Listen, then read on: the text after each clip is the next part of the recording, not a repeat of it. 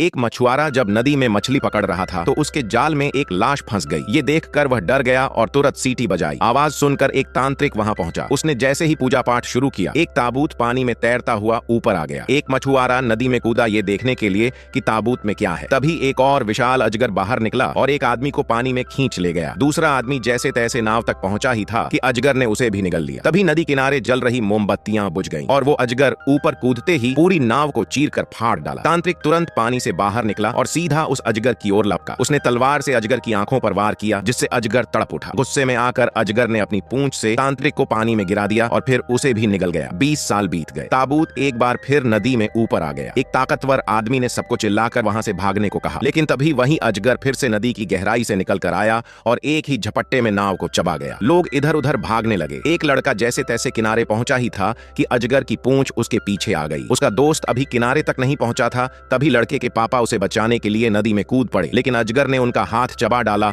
और पूंछ से उन्हें दूर फेंक दिया। ये देखकर उसकी मां जोर जोर से रोने लगी। इस रहस्य को सुलझाने के लिए वही लड़का कुछ हथियारबंद लोगों के साथ नदी में कूद गया। वे झरने के पार पहुंचे और सीधे एक बड़े अजगर के इलाके में दाखिल हो गए। वे अभी किनारे तक पहुंचे भी नहीं थे कि उन पर खून चूसने वाले कीड़ों ने हमला कर दिया। सबने मिलकर लड़ाई की और जमीन पर देसी शराब डालकर आग लगा दी, जिससे वे कीड़े भाग गए। फिर उन्हें वो ताबूत नजर आया। ताबूत को निकालने के लिए उस पर लोहे के हुक लगाए गए। जैसे ही वे उसे बाहर खींचने लगे, अजगर फिर से प्रकट हो गया। डर के मारे सब पीछे हटे और एक चट्टान के बीच जाकर छिप गए। थोड़ी राहत के बाद उन्होंने सांप की मांद के ऊपर से एक रास्ता बनाया ताकि ताबूत को जमीन पर खींचा जा सके। लेकिन अजगर फिर से झपट्टा मारने ही वाला था कि उस टीम के सबसे ताकतवर आदमी ने उस लड़के को पानी में धक्का दे दिया ताकि अजगर का ध्यान भटकाया जा सके। ताबूत खींचा जा चुका था और अजगर उसे छीनने के लिए बाहर निकलना चाहता था, लेकिन सबने मिलकर गोलियों की बौछार से उसे पीछे धकेल दिया। फिर डायनामाइट से गुफा का रास्ता बंद कर दिया गया। वो लड़का किसी तरह बच निकला, लेकिन गुस्से से पागल अजगर गुफा तोड़कर बाहर निकला और उस ट्रक का पीछा करने लगा जिसमें ताबूत रखा गया था। अजगर ट्रक के पास पहुंचने ही वाला था कि वही ताकतवर आदमी ट्रक पर चढ़ गया और भारी मशीनन से अजगर पर फायरिंग करने लगा। अफसोस, कोई असर नहीं हुआ। तभी गांव वालों ने एक बड़ा लोहे का हुक